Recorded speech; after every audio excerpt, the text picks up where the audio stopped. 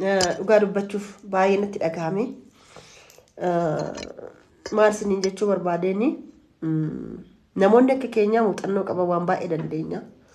Arraba keessanis abaarsa keessanis eebba keessanis dandeenye as geenye tuffannee kaan tuffannee muuxannoo qabnurraa kaan ignoor goonee jechaadha. Dubartoota baay'ee kaan huutanii ajjeestanii kaan akka fajjeestuuf jajjabeestanii kaan hamilee cabsitanii kaan jala deemtanii waan hin taane koomentii hin taane arraba keessan lafee hin qabneen lafee namaa cabsitu. Tokko danda'ee nakka keenyaa kun danda'ee kaan isin tuffatee kaan utoo dhagahuu asiin dhagahee asiin buusee jireenya isaatti fufa waan isaaf ta'u jiraata jechaadha. An akka boonii kun immoo kaleessa karaarra jiraachaa turte. Aradawwan garaagaraa keessa turte. Guyyaa tokko hamaatti dubbadhee hin beeku. Baay'een ajaa'ibsiifadha. Gaaris hamaas dubbadheef hin beeku. Akka carraa ta'e immoo mucaa Joosii jedhamu sanaan wal argite jireenya waliin ijaarratanii haala gaariitiin wal jaalatanii jireenya isaanii gaggeeffatu.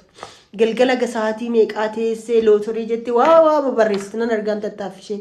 Sanumarraayyuu kaatee mana ishee jijjiirattee istaayilii isheetiin jaankoo kana naa godhee sannaa godhee gammachuun ishee isin aarsaa jireenyi ishee fooyya'uun ishee sin baay'ee sin guggubaa itti hinaafaa mucaa kana fakkaatu jechaa intalli kun daa'imadha.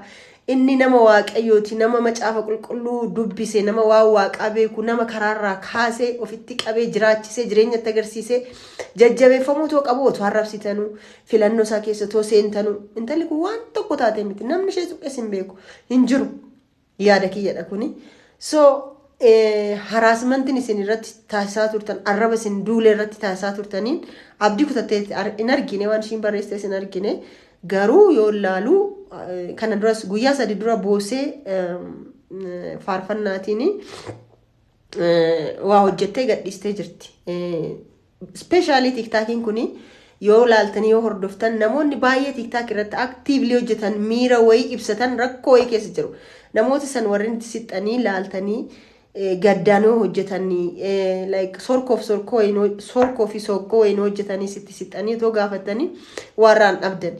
Garuu haala kanaan garuu namni akka addunyaarraa badu jireenya ofii isaatiif baay'ee ulfaataadha. Jireenya kanayyuu tattaafatanii mo'atanii jijjiiramuu waan guddaadha. Mana footoo bananii buraayyuutti jajjabeessuu qabdanii waan baay'ee hojjettee akka feete yoo taate akkaataa dhaabbannaa ishee irratti yaada kennitanii akkaataa waxii hojjettutti akkaataa haala isaanii everything waan hunda irratti koomentii lafee nama cabsu kennaafi turtan jechaadha. Faayinaalii gaafa dadhabdu gara naannoo laaltu saniin olaaltu jabinni sammuu keenyaa kun waan wal caaluuf maal filattee faayinaalii like of ajjeesuutti deemte jechaadha. So dubartii hin hinaarina. Dubartii jala deemtanii dubartii mul'atte jala deemtanii hin arrabsina. Tattaafachuu akka ishee kana hin arrabsina.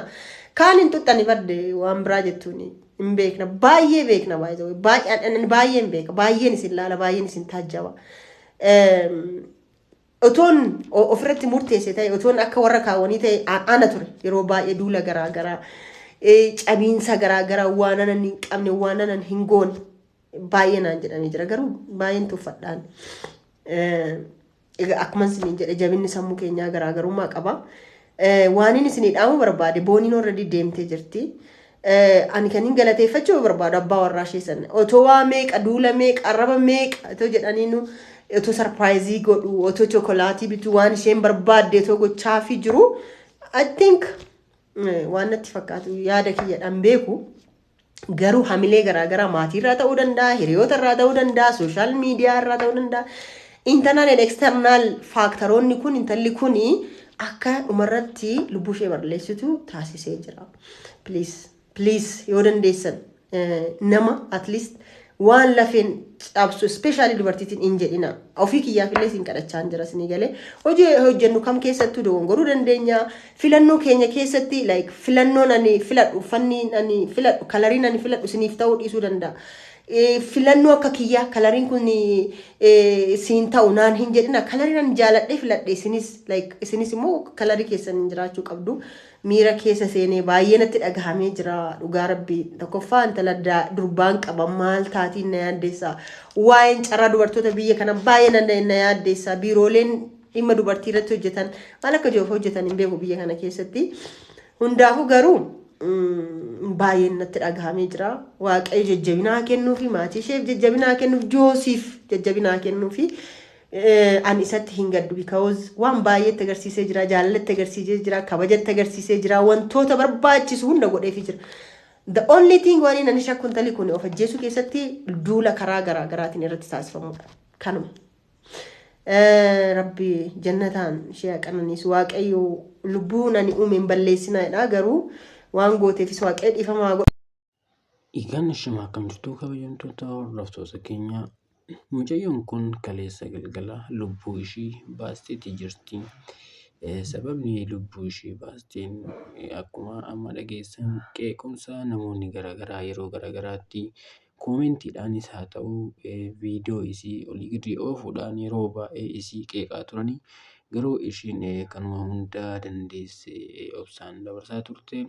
Garuu guyyaa kaleessa si'a lama viidiyoo waraabdee turte akka of ajjeesuuf deemtus akka namni biraallee itti hin gaafatamne viidiyoo waraabdee ani bakka jireenyi nagahee jira nan deemaa jettee viidiyoo waraabdee erga jettee namoonni hedduun hin amanne piraankii akkuma ishii durii piraankii nu gochuu deemtii maaloodhaa osoma jedhan garuu dubbichi dhugaa ta'ee argamee jira. Egaa namoonni yeroo baay'ee addunyaa kanarratti gara sooshaal miidiyaatiin gammadoo kan kolfaa ta'anii malee keessoo isaatti waan mudatu hin beeku. Yeroo baay'ee namoonni koomentii garaagaraatiin waan badaa namaan jettan yeroo baay'ee osoo irraa of qusattanii gaariidha.